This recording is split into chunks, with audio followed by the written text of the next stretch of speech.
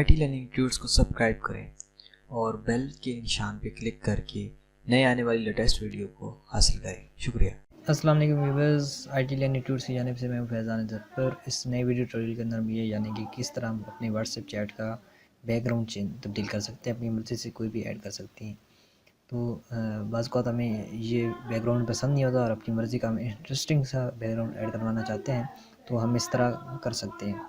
तो चलते हैं, मैं सबसे पहले सेटिंग के अंदर जाता हूँ। सेटिंग के अंदर जाने के बाद आपने चैट के अंदर जाना है। चैट के अंदर आप जाने के बाद आपने वॉलपेपर के अंदर जाना है।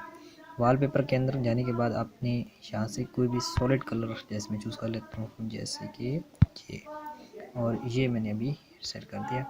तो अभी जो भी मेरी चैट होगी उसके अंदर ये वॉलपेपर सेट होगा। जैसे ये मैंने ओपन किया तो ये देखिए वो बैकग्राउंड चेंज हो चुका है और इस तरह का बैकग्राउंड शो हो रहा है।